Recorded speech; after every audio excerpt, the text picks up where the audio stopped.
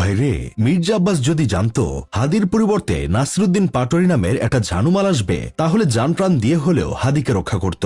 না জানি মির্জা আব্বাস কোন পাপের জন্য শাস্তি স্বরূপ প্রতিপক্ষ হিসেবে নাসিরুদ্দিন পাটোয়ারিকে পাইছে। বেচারা মির্জা আব্বাস মির্জা গালিবের চেয়েও এখন বেশি কষ্টে জীবনযাপন করছে। না পারছে নাসিরুদ্দিন পাটোয়ারিকে নিজের সমকক্ষ ভাবতে, আর না পারছে নিজেকে নাসিরুদ্দিন পাটোয়ারির লেভেলে নামিয়ে আনতে। নাসিরুদ্দিন পাটোয়ারি যা শুরু করেছে, আমার তো মনে হয় মির্জা আব্বাসের মাথায় যে কয়টা চুল অবশিষ্ট আছে সেগুলো আর থাকবে না। একজন বাবার বয়সী মানুষকে দিনে 20 বার করে আইকওয়ালা বাস দেওয়া, এটা কোনোভাবেই মেনে নেওয়া যায় না। চিন্তা করে দেখেন ভাই অবস্থাটা। একটা মানুষ কতটা বিটলা হলে প্রতিদিন 100 বার করে বলে মির্জা আব্বাস চাঁদাবাজ, দুর্নীতিবাজ। বিএনপির কর্মীদের সাথে বসে চা খেতে খেতে হাসিনা 14 গোষ্ঠী ধুয়ে দেয়। বিএনপির এক নেতার সাথে চা খেতে খেতে অন্যদের বলে উনি বিএনপি করলেও লোক হিসেবে ভালো। আবার চা খাওয়া শেষ হলে চায়ের বিলটাও বিএনপির নেতার হাতে ধরিয়ে দেয়। আমি বুঝি না নাসিরুদ্দিন পাটোয়ারি এত দুষ্টু কেন। মানুষের কাছে গিয়ে বলে দুর্নীতিবাদ চাঁদাবাজের বিপক্ষে নির্বাচন করতে গিয়ে মানিজ্জত সব শেষ আমার। মাইয়াদের কাছে গিয়ে বলে আমি তো ভুল করে বিপক্ষে নির্বাচনে দাঁড়িয়ে পড়েছি।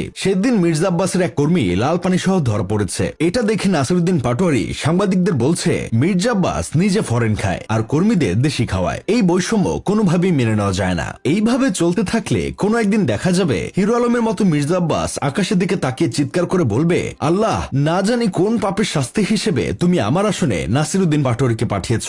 এর চেয়ে ভালো তুমি আমাকে উপরে উঠায় নাও। তবে ভাই যাই বলেন, ধৈর্য ধারণ করার জন্য যদি কাউকে নোবেল পুরস্কার দেওয়া হতো, তাহলে মির্জা আব্বাস ডজন খানিক নোবেল যেত।